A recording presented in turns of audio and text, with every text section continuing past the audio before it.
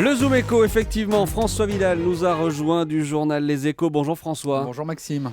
Stéphane Richard, le patron d'Orange, dévoile ce matin dans Les Échos le plan de développement de Dailymotion. Alors Dailymotion, c'est cette start-up française dont le gouvernement a empêché récemment la vente au géant américain Yahoo.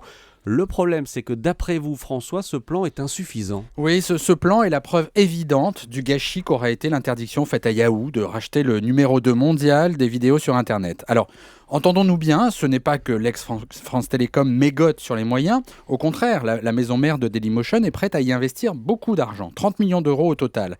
Elle s'engage aussi à l'accompagner aux États-Unis, elle se dit même prête à mettre la start-up en avant dans ses propres offres.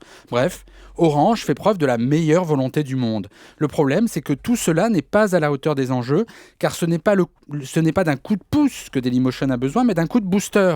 Pour sortir de l'ombre du géant YouTube, le site internet doit changer de dimension, et vite. Oui, et pour vous, ça veut donc dire que seule la vente à Yahoo aurait pu donner à Dailymotion les moyens de sa transformation ? Alors ça ne fait aucun doute, Maxime, et le sujet dépasse largement le cadre de Dailymotion.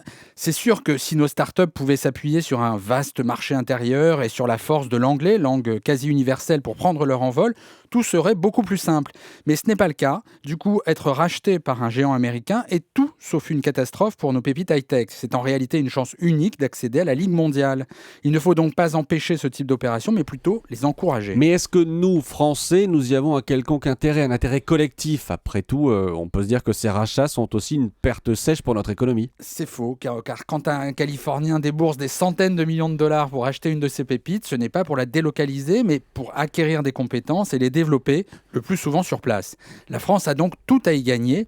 Plutôt que de s'échiner à tenter de sauver des pans vieillissants de notre économie, les pouvoirs publics devraient donc tout faire pour stimuler l'innovation et l'esprit d'entreprise dans le pays, quitte à ce que certaines des startups nées de cet élan finissent dans les bras de géants mondiaux.